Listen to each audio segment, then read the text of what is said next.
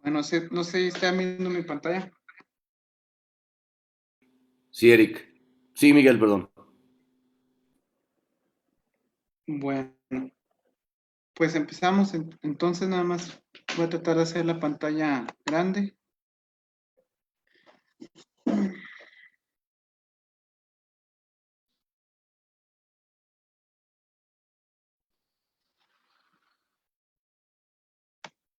Bueno, muy bien, pues empezamos. Vamos a ver el día de hoy lo referente a la hemodinamia en las valvulopatías aórtica y mitral. Antes de empezar, puesto que vamos a hablar sobre los cambios de las presiones dentro de las cavidades, me pareció conveniente poner rápidamente esta imagen en donde nos muestran el sistema derecho e izquierdo y las presiones o los valores normales de las presiones de las cavidades atriales y ventriculares. De igual forma, las presiones sistólicas y diastólicas de los grandes vasos.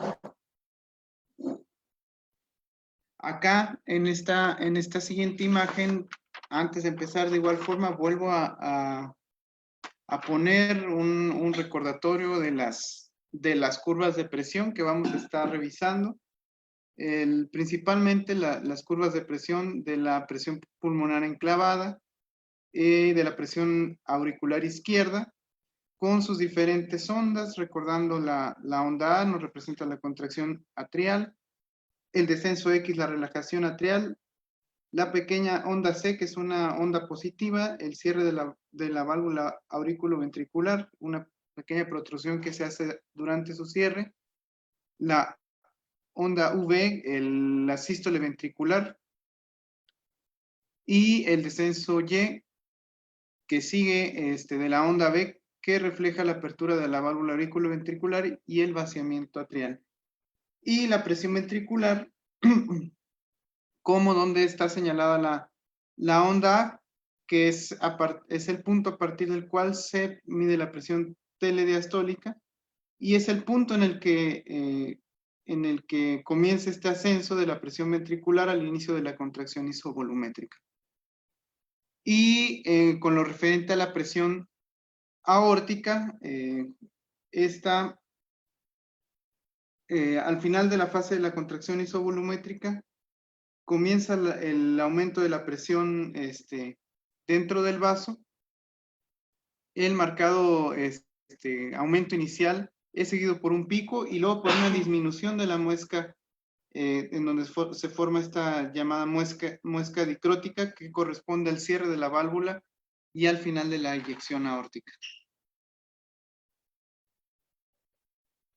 Luego, en esta tabla que viene en el libro de Grossman del 2016, vemos, señalo ahí en negro, los valores normales de los volúmenes finales diastólico y sistólico del ventrículo izquierdo, y aquí nos muestran diferentes autores que han hecho una serie de estudios para determinar cuáles son los valores normales de estos volúmenes que también serán mencionados con respecto a sus alteraciones durante las valvulopatías.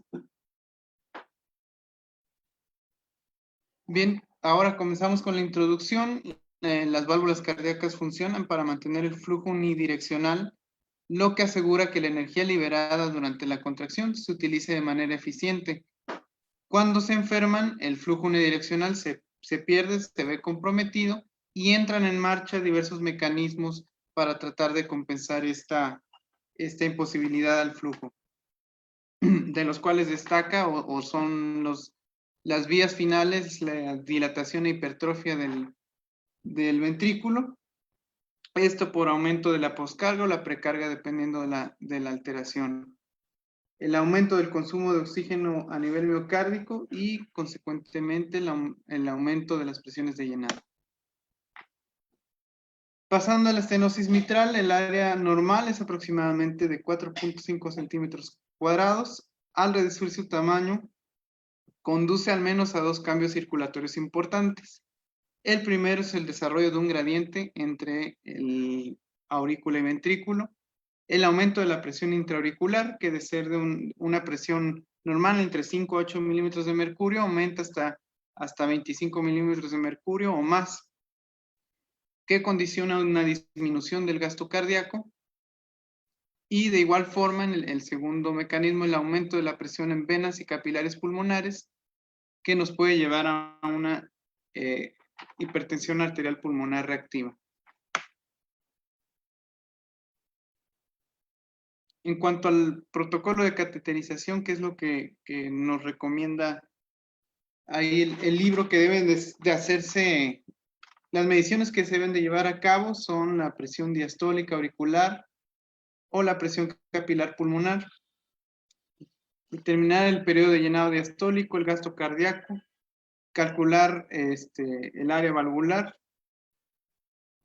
la presión sistólica y diastólica del BD, esto principalmente en aquellos pacientes que han desarrollado hipertensión arterial pulmonar, y la determinación de otras lesiones como pudieran ser insuficiencia aórtica o comunicación intraauricular que pudieran estar asociadas a la valvulopatía mitral. En esta imagen se resume mucho del texto que nos habla acerca de la fisiopatología que nos lleva a los cambios hemodinámicos. En el primer esquema que está hacia arriba, nos muestra la circulación normal.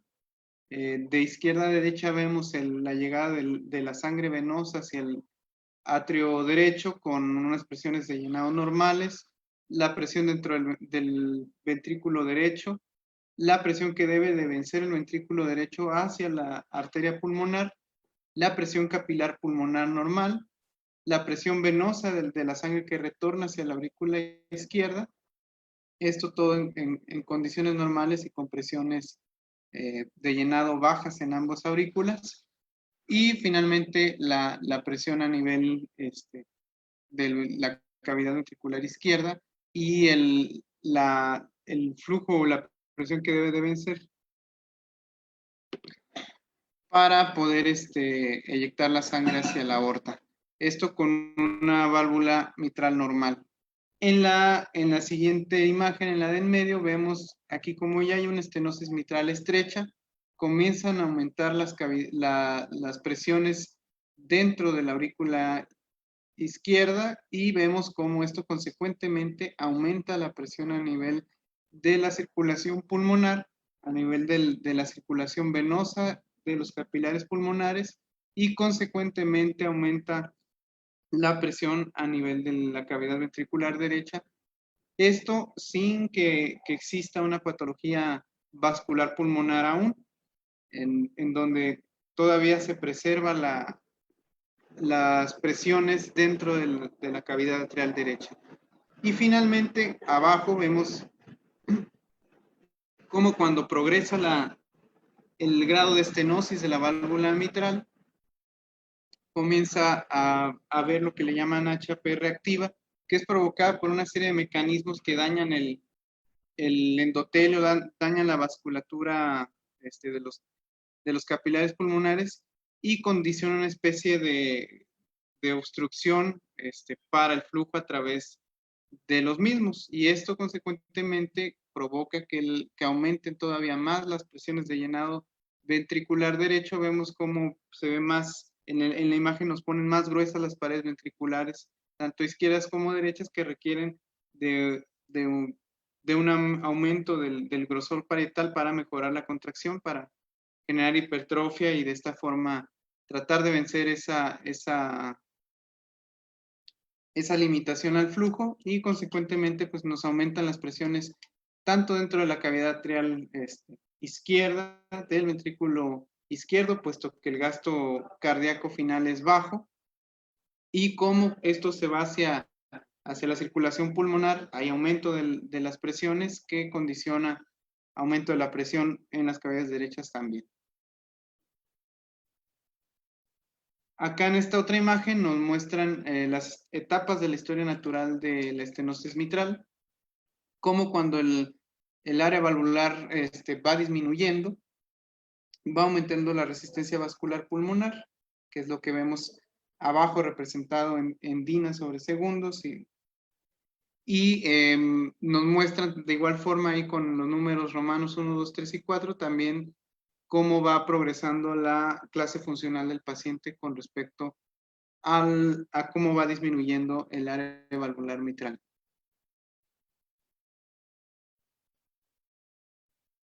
La forma más precisa de cuantificar el gradiente es la medición de la presión auricular izquierda con una técnica transeptal, con una medición simultánea de las presiones del ventrículo izquierdo y la planimetría de área relacionada con las presiones del VI y la aurícula izquierda en diástole, esto haciéndolo en varios ciclos cardíacos y sacando un promedio. Sin embargo, en la mayoría de las unidades, la presión pulmonar enclavada sustituye a la presión auricular izquierda, esto porque la técnica de punción transeptal es más compleja y conlleva más riesgos y más medidas que se deben de llevar a cabo durante y después del procedimiento. En la estenosis mitral, la presión de la aurícula izquierda supera la presión del ventrículo izquierdo durante la diástole, lo que condiciona un gradiente de presión diastólico que vamos a ver en un momento más en un par de imágenes.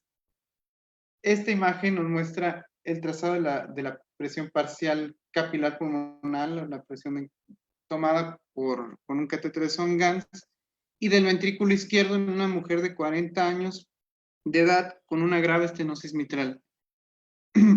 Esta mujer también presenta hipertensión arterial sistémica y una elevación significativa de la presión diastólica del ventrículo izquierdo. Y aquí en la imagen nos muestran cómo la presión medida con el catéter de Song-Ganz durante la diástole es más elevada que la presión diastólica del ventrículo izquierdo, y esto genera un gradiente que es el área que nos ponen en coloreada de color gris aquí en la imagen. Esto sería lo que encontraríamos al comparar ambas curvas de presión ventricular y auricular.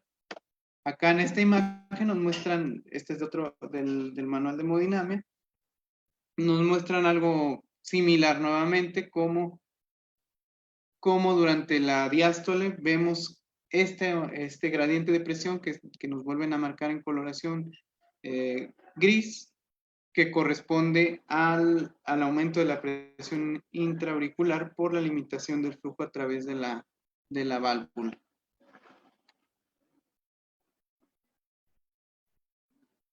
Hablando de la regurgitación mitral, pues sabemos esta se debe a la incompetencia de la válvula para evitar el reflujo de la sangre hacia la cavidad atrial.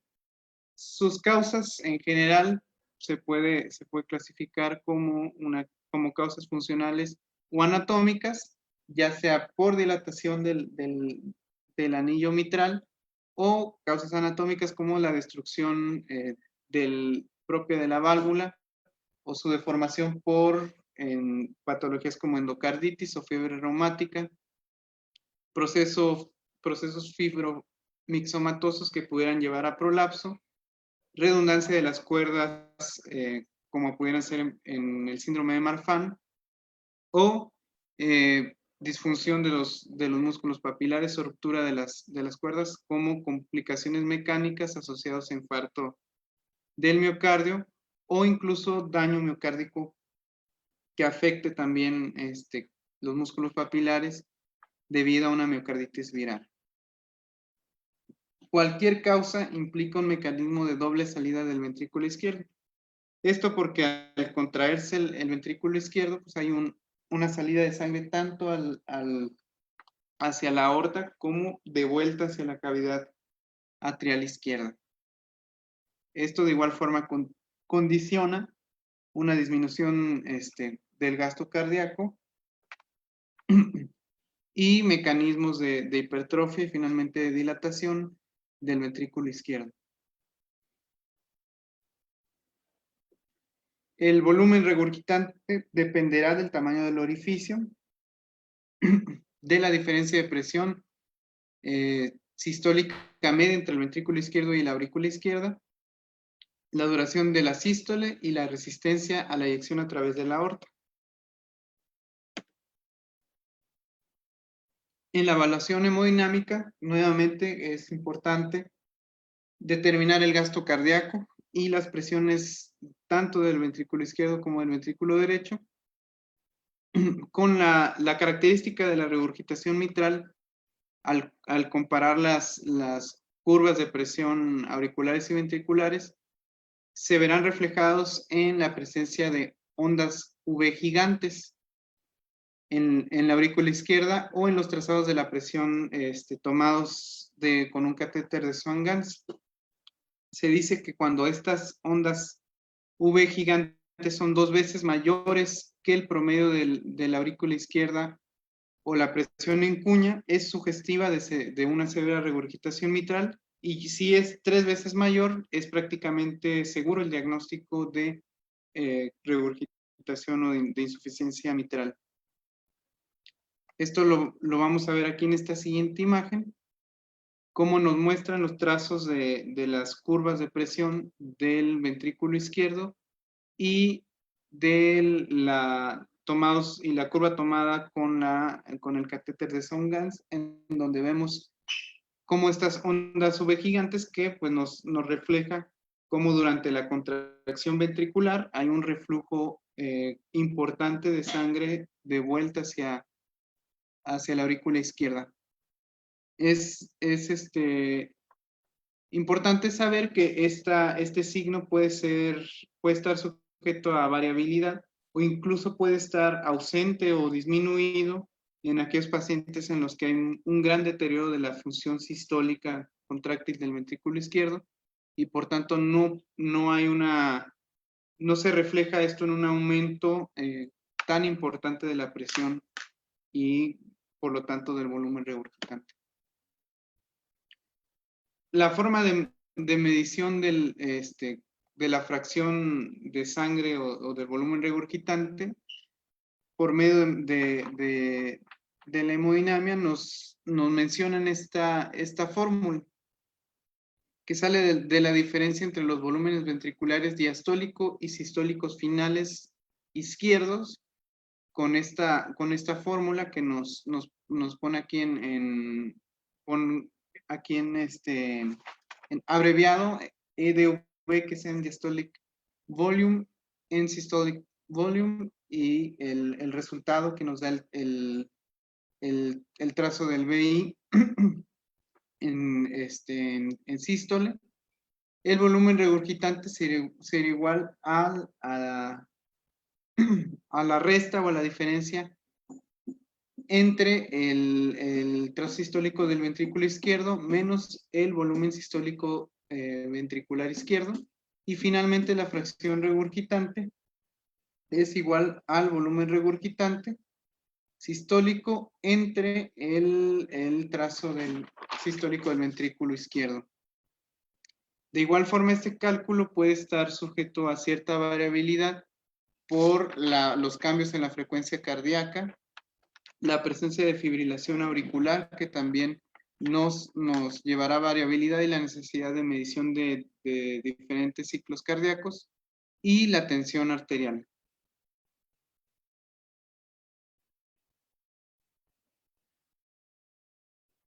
Pasando ahora a la estenosis valvular aórtica, para poder determinar las curvas de presión de la estenosis aórtica es necesario de igual forma tener las curvas tanto del ventrículo izquierdo y la aorta para hacer la comparativa y determinar la presencia de gradientes de presión.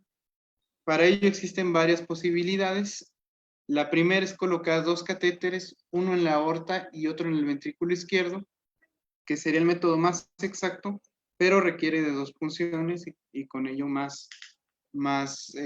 mayor grado de complejidad para el procedimiento.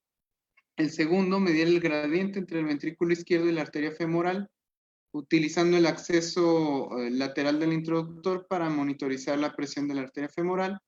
El tercero, utilizar un catéter único con luz proximal y distal, para poder medir de forma simultánea. Y finalmente, hacer una retirada cuidadosa de un único catéter desde el ventrículo izquierdo hasta la aorta hasta la aorta con una medición simultánea de ambas curvas de presión.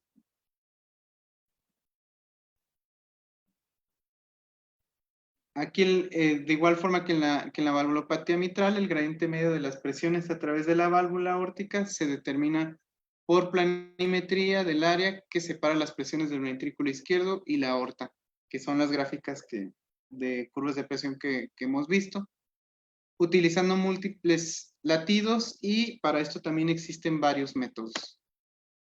El primero es la medición del gradiente pico a pico, que es la diferencia entre la presión máxima aórtica y la presión máxima del ventrículo izquierdo. El gradiente pico instantáneo, que es la diferencia máxima de presión entre el ventrículo izquierdo y aorta cuando se miden en el mismo momento, que es normalmente al inicio de la sístole. El gradiente medio, que es la integral que se genera de la diferencia de presión entre el ventrículo izquierdo y la aorta durante la sístole.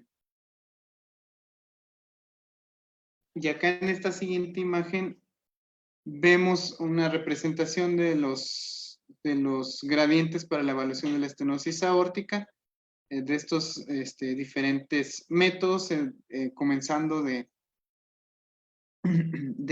izquierda a derecha, el gradiente pico instantáneo, que está esta diferencia de los gradientes al inicio de la sístole, el gradiente pico máximo o pico a pico, que es la diferencia entre el punto máximo de presión en ambas, tanto en el VI como en la aorta. Y finalmente acá nos muestran en el siguiente ciclo, en gris, la integral que se genera por el gradiente medio entre ambas cavidades, entre la cavidad ventricular izquierda y la aorta. Un hallazgo hemodinámico interesante es este llamado signo de Carabello, que es un aumento de la presión arterial durante la retirada del catéter del lado izquierdo en la presencia de una estenosis aórtica severa, que generalmente será menor a 0.6 centímetros cuadrados. Este fenómeno probablemente se encuentra asociado a la obstrucción parcial del orificio aórtico. Y lo vemos en esta siguiente imagen.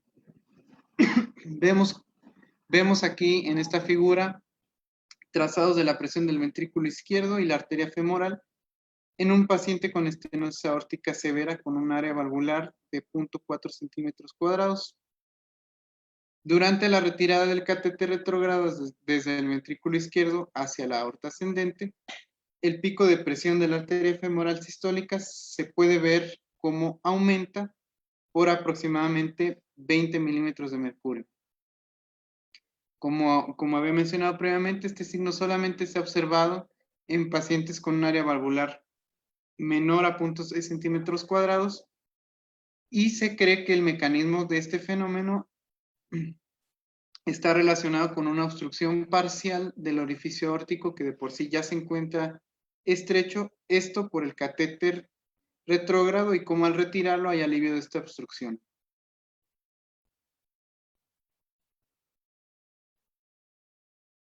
En esta siguiente diapositiva les muestro el cálculo del área valvular.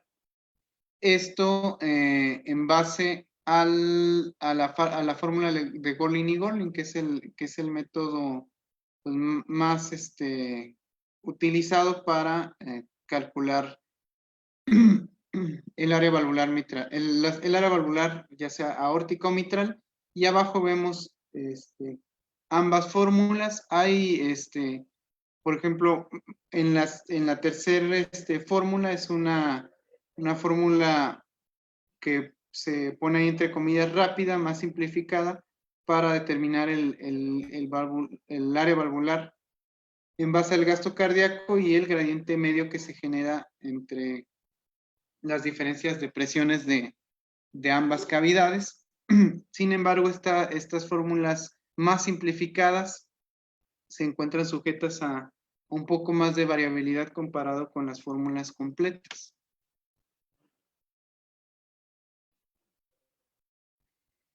Con lo que respecta a la valoración de la insuficiencia valvular, una de las formas para para graduarla o para darle para determinar qué tan intensa es en base a la visualización de la regurgitación, que es determinada por la parte del contraste que opacifica la cámara proximal a su inyección. Y la clasificación en general es la siguiente: grado 1 para una regurgitación mínima con un jet apenas visible. El contraste se lava rápidamente desde la cámara proximal con cada latido. En el grado 2 hay una moderada opacificación de la cámara proximal. El contraste se lava con los latidos sucesivos.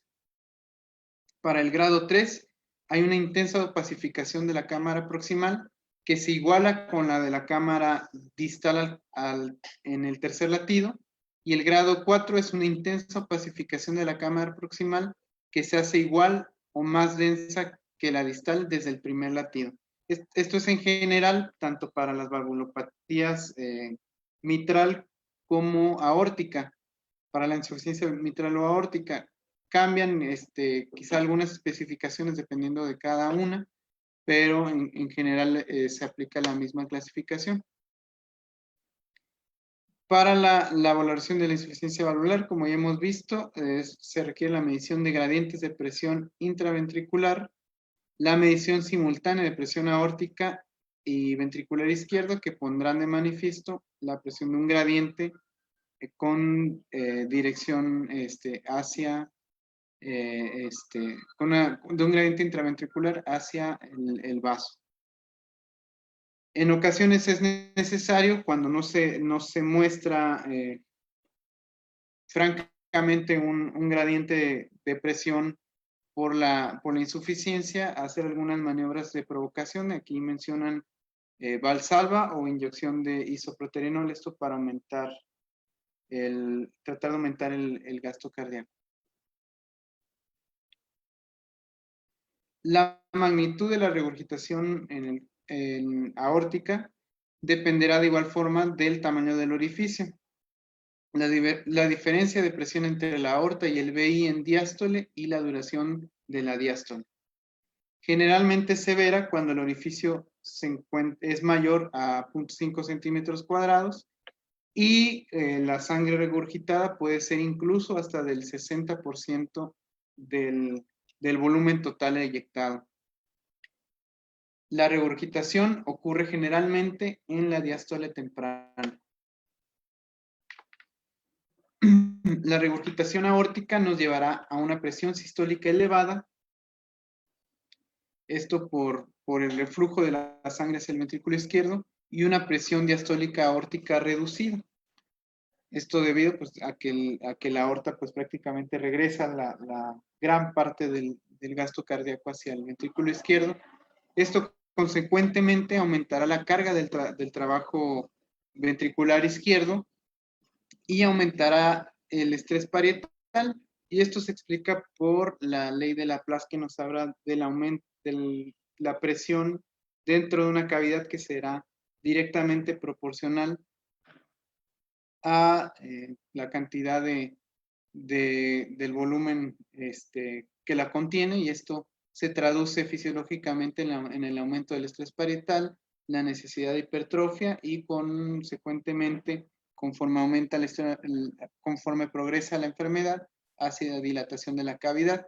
De igual forma, en los primeros procesos del fisiológicos o fisiopatológicos entrará el mecanismo de Starling para tratar de mejorar la contractilidad, esto porque hay un aumento de la distensión de las fibras miocárdicas por el retorno de la sangre hacia la cavidad ventricular, pero que finalmente estos mecanismos terminarán siendo vencidos o serán sobrepasados por el constante reflujo de sangre hacia la cavidad izquierda.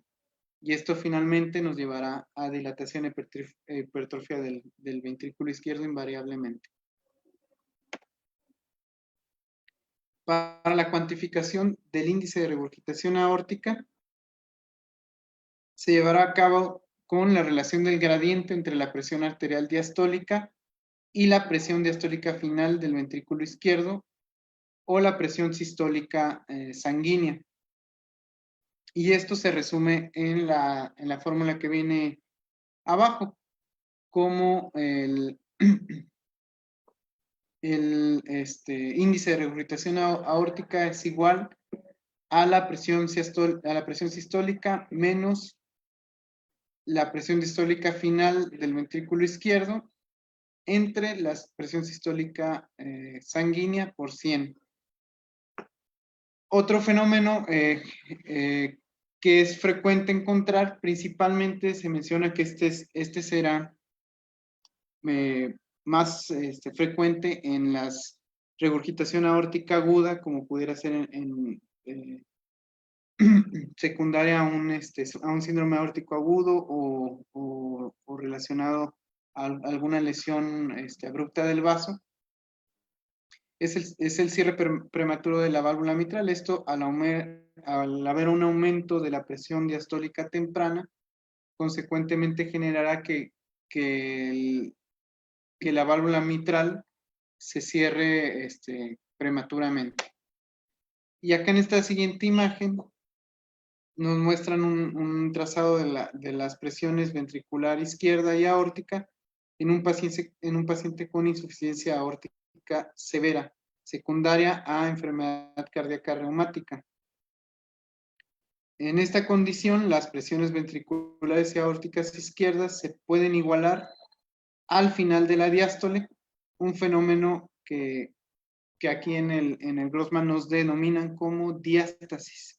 Y vemos cómo efectivamente durante la diástole, no sé si se va ahí sí. Durante la diástole hay pues hay las presiones del vaso aórtico se igualan o incluso pueden llegar a ser un poco superiores a las del ventrículo izquierdo. En este caso se cruzan ambas curvas de presión durante la fase diastólica del ventrículo izquierdo.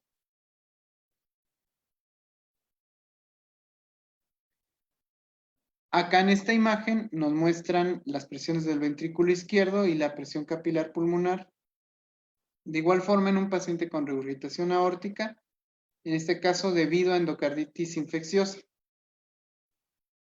nos hacen hincapié en la forma de onda inusual de la presión del ventrículo izquierdo, con su ascenso diastólico final, la pérdida de la onda A, que habíamos mencionado previamente, que nos representa el inicio de la contracción isovolumétrica, y la alta elevación de la presión diastólica final del ventrículo izquierdo desde aproximadamente 45 a 50 milímetros de mercurio. La presión diastólica del ventrículo izquierdo se eleva en la diástole final para exceder las presiones de la aurícula izquierda, que es representada aquí por la presión pulmonar en cuña, que está marcado con una flecha y con la abreviatura PCW, al forzar el cierre prematuro de la válvula mitral, que es nuevamente algo que había mencionado previamente, que ocurre principalmente en patologías agudas.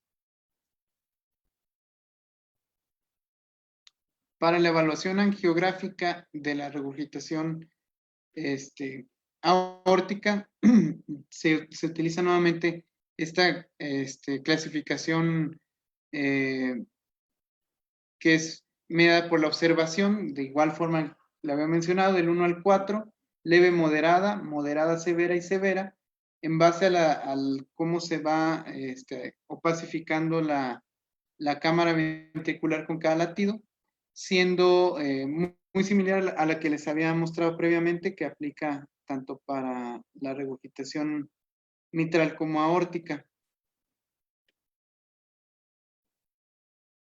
Y pasando al protocolo que nos recomiendan realizar durante el cateterismo, es realizar un cateterismo derecho para medición de las presiones del corazón derecho y determinar el gasto cardíaco.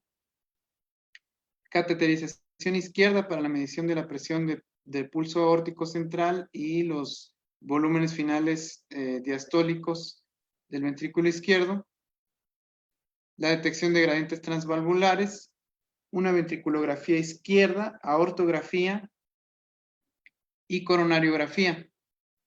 Si las hemodinámicas en reposo son normales, se puede considerar llevar al paciente a una intervención asociada a esfuerzo.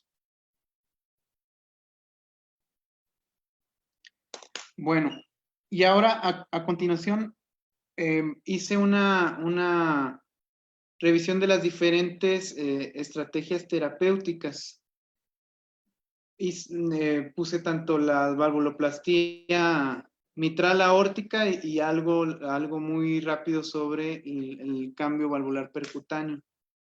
Y también puse algo sobre el MitraClip, que igual son bastantes diapositivas. No sé si gusten que las veamos o veamos algunas cosas y otras no, otras las pasemos, porque sí es bastante. Yo te pregunto, Miguel, si crees que sea suficiente material como para asignarlo a una sola clase. Yo creo que no hay por qué limitarnos en tiempo si es que tenemos oportunidad. Este, lo pongo a tu consideración lo que tú nos digas. Si prefieres ponerlo en una siguiente clase, yo creo que está bien. Y si alguien quiere, en todo caso, tú contesta esta pregunta de decirnos si lo dejamos para otra. Y luego ya podemos que entrar si alguien tiene preguntas y hacer alguna discusión. Ok, yo creo que sí la podríamos ver en otra clase, porque esto que di fueron nada más 30 diapositivas y eran como 100. Ah, Porque ok. puse la valvuloplastía mitral, el MitraClip, la valvuloplastía aórtica y el TAVI.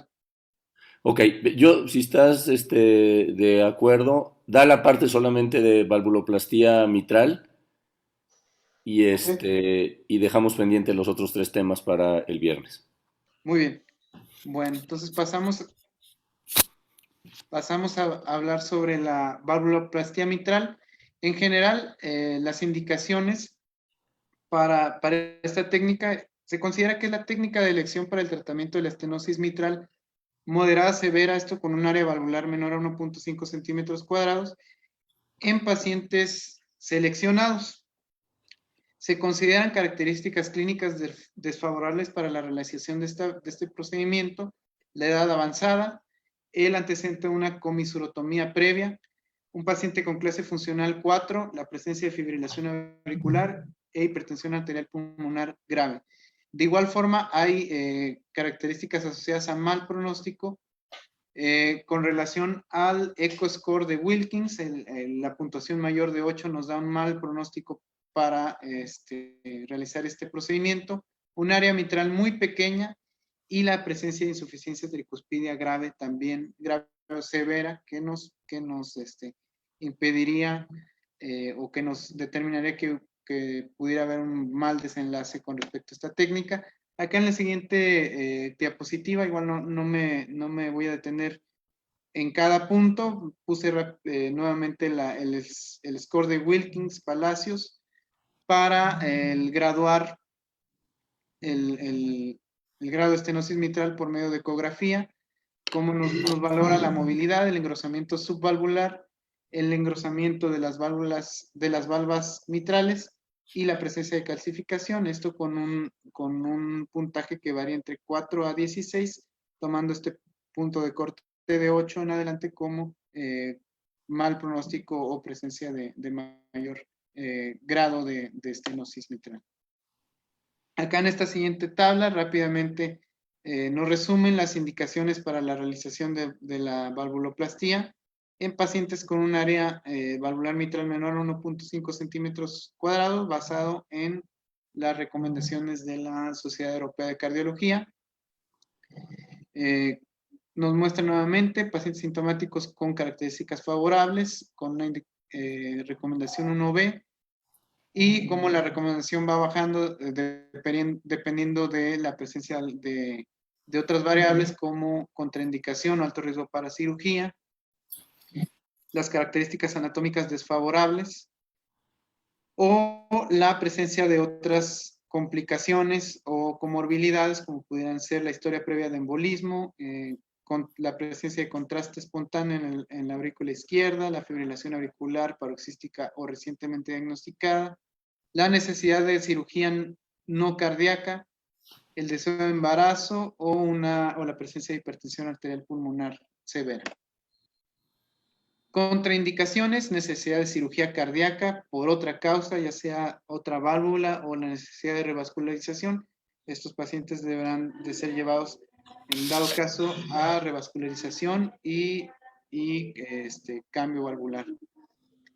Presencia de insuficiencia tricuspidia grave, presencia de trombo, insuficiencia mitral moderada severa, también nos contraindica este procedimiento. Y nos mencionan aquí que ante la presencia de trombo en el atrio izquierdo, se recomienda anticoagulación durante 3 a 6 meses y una revaloración posterior para determinar si ya nos encontramos con la ausencia del trombo y podemos llevar al paciente a la realización del procedimiento. Otro punto importante, todos los pacientes deben de tener estudio ecocardiográfico, tanto un ecocardiograma transtorácico, pero también nos mencionan que se recomienda que todo paciente que va a ser llevado a este procedimiento tenga un ecocardiograma transesofágico por lo menos 24 horas antes del procedimiento. Se han descrito diversas técnicas para la realización de este procedimiento. Tenemos el abordaje retrógrado y anterógrado, siendo el retrógrado desde un acceso arterial. La ventaja de esta aproximación es que se elimina la punción transeptal, pero aumenta el riesgo de complicaciones vasculares. La complejidad de esta técnica ha hecho que actualmente se encuentre prácticamente en desuso, aunque sus resultados sean buenos y con una baja tasa de complicaciones. El abordaje anterógrado, que este es desde un acceso venoso, es la vía de abordaje más utilizada, precisa la realización de una punción transeptal y a través de este acceso se suelen utilizar dos técnicas, la técnica del doble balón o la técnica del balón Inoue. En esta imagen les pongo a grandes rasgos la técnica de la punción transeptal, representado con la letra A, el set de punción, que se desciende desde la vena cava hasta caer en la aurícula izquierda, que se sigue hasta que se observa un segundo resalto alojándose en la fosa oval, como se muestra ahí con el número 2, y con la letra C se avanza la aguja hasta que el sistema penetra dentro de la aurícula izquierda, como se muestra aquí prácticamente en el centro de la imagen. Hablando de las técnicas, tenemos la técnica del doble balón. Tras el acceso transeptal se avanza un catéter con un balón distal hasta el ventrículo izquierdo y mediante este catéter se posicionan dos guías, en la aorta o el ventrículo izquierdo. Se realiza una dilatación del septum interauricular y se avanzan dos balones hasta la válvula mitral donde se realiza el inflado. Se ha descrito de igual forma esta técnica con un solo balón. Ahora sí pasaremos a la técnica del balón Inoue, que es la técnica más utilizada, ya que sus resultados son similares a las del doble balón y su realización es más sencilla. Se resumen en los siguientes pasos: un acceso venoso, punción transeptal y posteriormente se avanza el balón Inoue.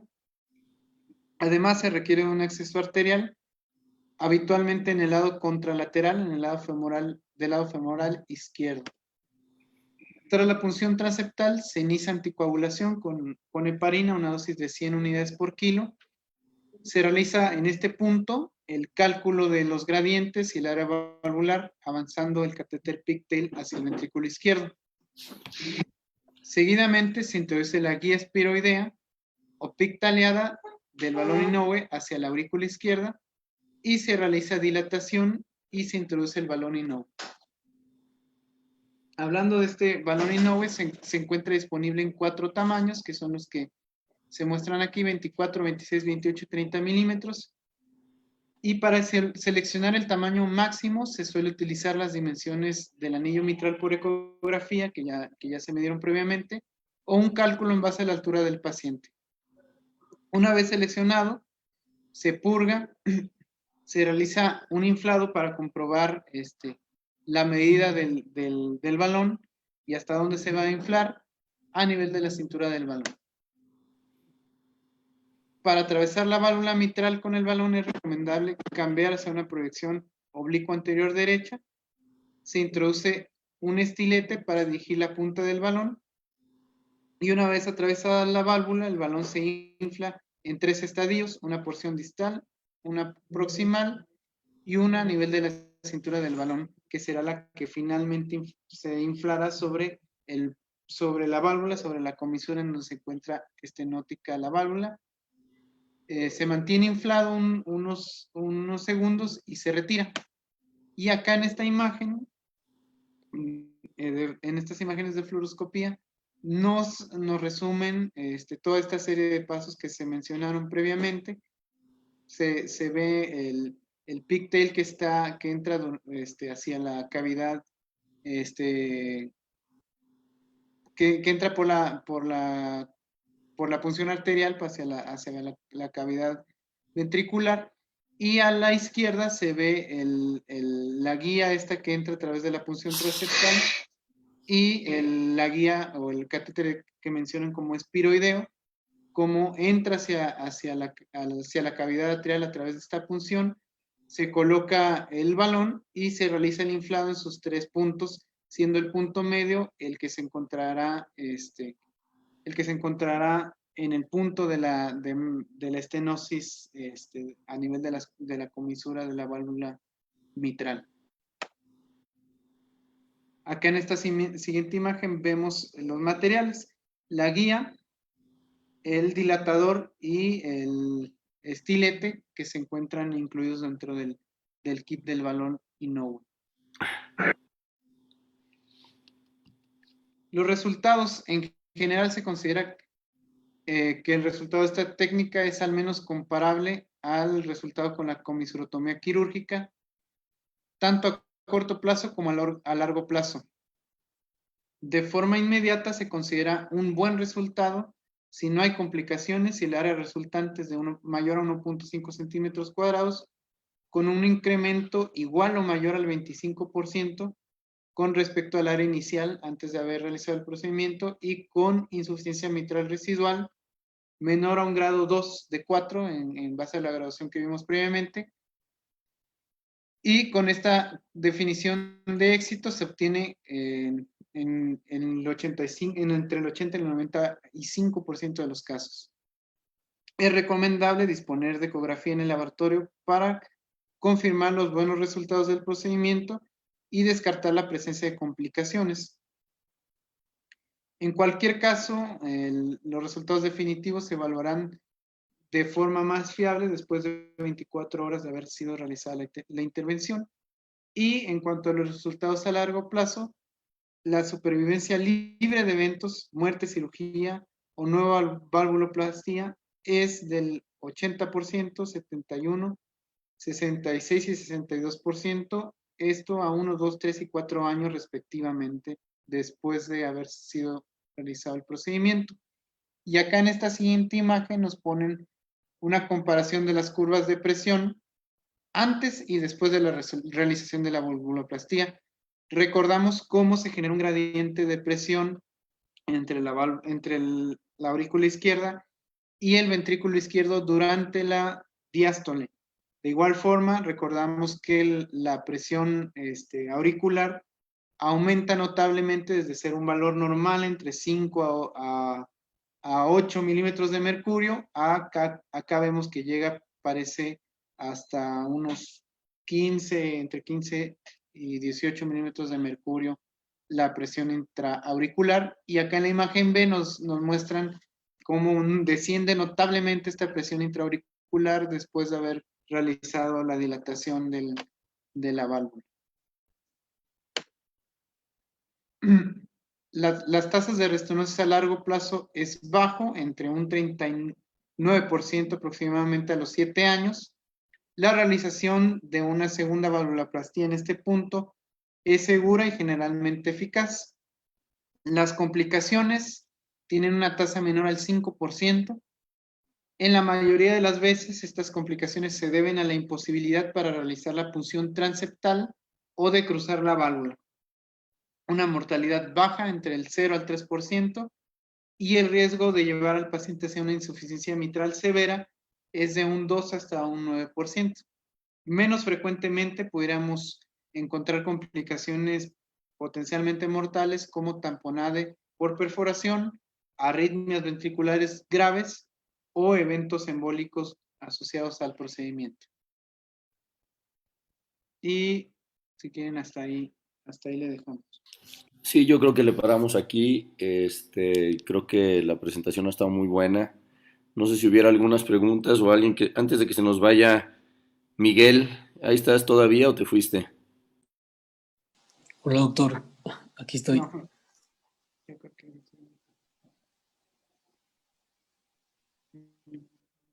Ah, no, Miguel Díaz, no. Miguel Díaz, ¿verdad? Bueno, no, Miguelito Ah. Reyes. Ahí está.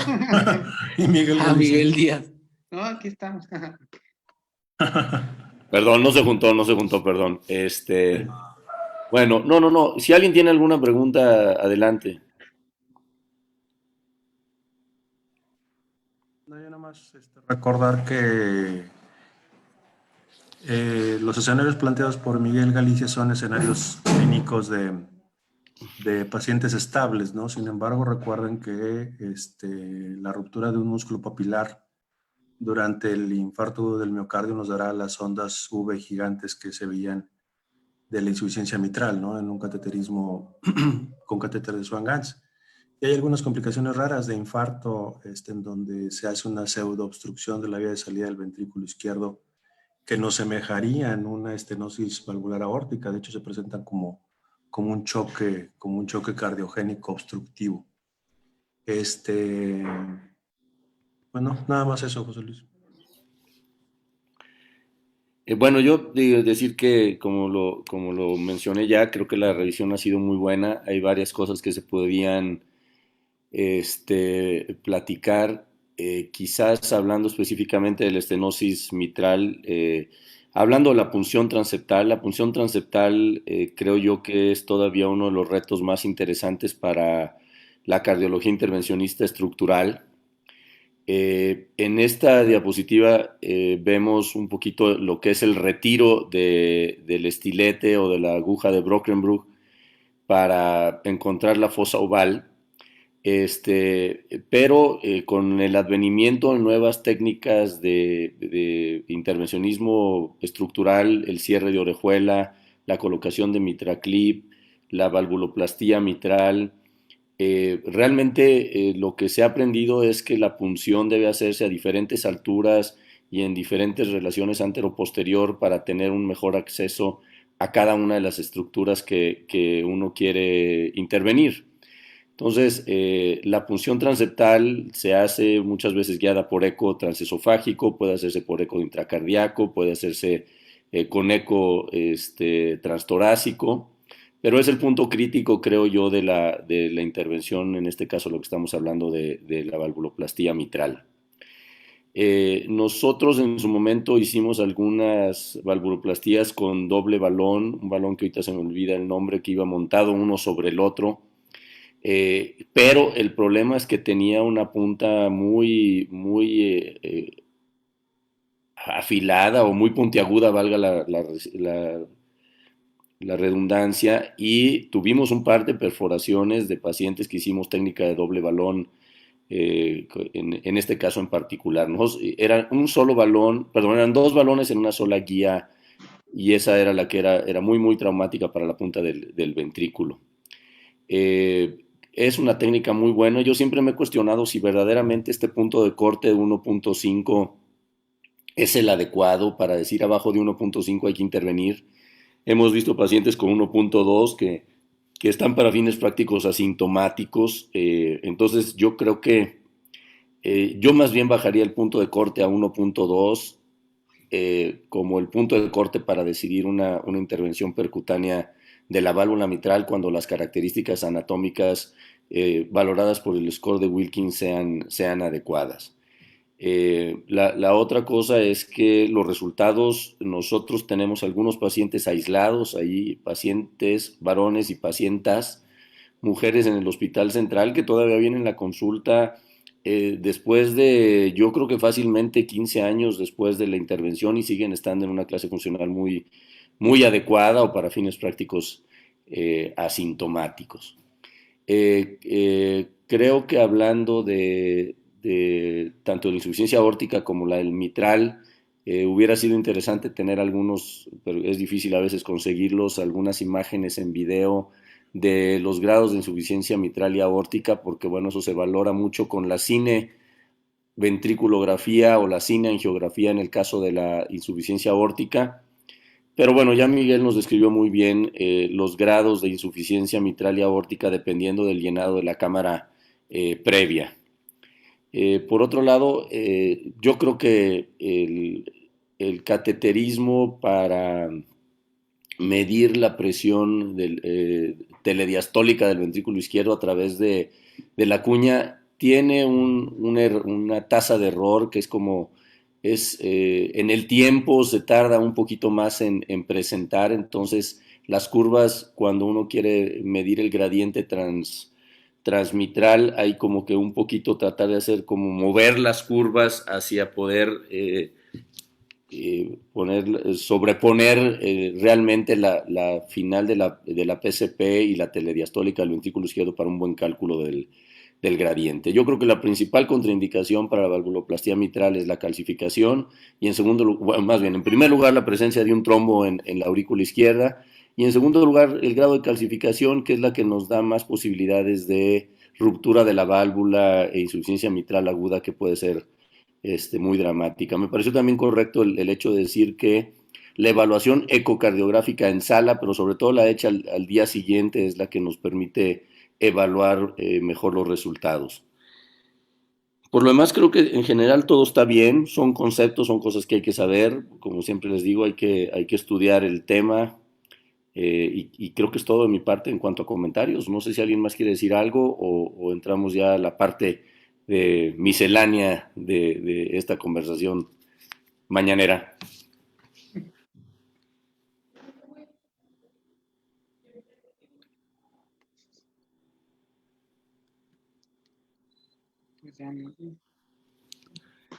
Bueno, ¿novedades en el servicio? No, doctor, seguimos prácticamente igual. Llegaron pacientes a urgencias, hicieron interconsultas o valoraciones. La terapia sigue vacía, ¿verdad? La terapia sigue vacía, solamente vimos un paciente en urgencias en la mañana, un señor de 85 años con una fractura de cadera, con exacerbación de POC, con un bloqueo de rama izquierda y biomarcadores ligeramente elevados, por eso nos hablaron. Se tomaron electrocardiogramas de control, todos con bloqueo de rama izquierda completa y bloqueo de primer grado. Y la determinación siguiente, posterior de biomarcadores no se mostró sin cambios. El CPK-CPK-MB ligeramente elevadas y una troponina de 3, de 4 y de 3 nuevamente, con diferencias de aproximadamente 4 horas entre cada determinación. Pues nada más fue el único paciente que vimos. ¿Se quería descartar un síndrome coronario o qué? Sí, como el señor tuvo una caída y la fractura, también tuvo un traumatismo cráneoencefálico ahí moderado, y vieron ahí en el monitor y tomaron el electro con rama izquierda, sospecharon en que pudiera haber sido asociada la caída a un síndrome coronario agudo. Bueno, mira, una de las cosas que quiero yo comentar es que a veces no hay que desviar la atención de las cosas que son prioritarias. O sea, yo creo que este hombre tuvo una caída, un traumatismo, fractura. Pues bueno, estoy de acuerdo que a lo mejor tiene algunos marcadores positivos, pero bueno, estarán de acuerdo que su problema principal es otro y a veces es una buena costumbre no tratar de desviar la atención a cosas que aunque sean el corazón probablemente no sean lo más trascendente en este caso. Entonces, bueno, pues ponerle la valoración de la interconsulta y por lo demás, lavarnos las manos, que no es un paciente que realmente nos corresponda a nosotros. Creo que estás de acuerdo en eso, ¿verdad? Sí, así es, Ok, en eso quedamos. perfecto. ¿Algo más? Pues no, doctor, de momento nada. Doctor López Q. Pues no, nada, José Luis, nada, en realidad está muy... No, nada. Bueno, pues sí, ya sé que está muy... Ok, sí. Sí. Ok, pues nada, nos estamos hablando y bueno, pues tratar de buscar un poquito este tema de la educación a distancia y de toda la educación médica continua en los webinars. Hoy hay que se los puedo mandar, que lo compartió Ricardo Allende. Hay una cosa de intervencionismo periférico hoy, mañana y pasado que se llama Endolat, que ya empezó. Si quieren se los comparto ahorita y bueno, pues de ahí en fuera, no sé si en la tarde hay algo más, se los hago saber. Ok, doctor, muchas gracias. Bueno, pues que tengan un buen día. No, todos recibieron la invitación del europeo, ¿verdad? Sí, doctor. Doctor Sí, Leiva, doctor, ¿tienes ya inscrito. participación, doctor Leiva, o no? No, fíjate que no, esta vez no. Con esa distancia ya no te dijeron ahorita. No, querían que fuera, pero les dije que no. No, no te creas. Ok. Bueno, pues muy bien. De rato no me doy una vuelta ahí por la oficina, voy a firmar y ya. Ok. Sí, doctor, aquí estamos. Órale, gracias. Vale, nos vemos. Gracias, doctor. Bye. Sí, hasta luego.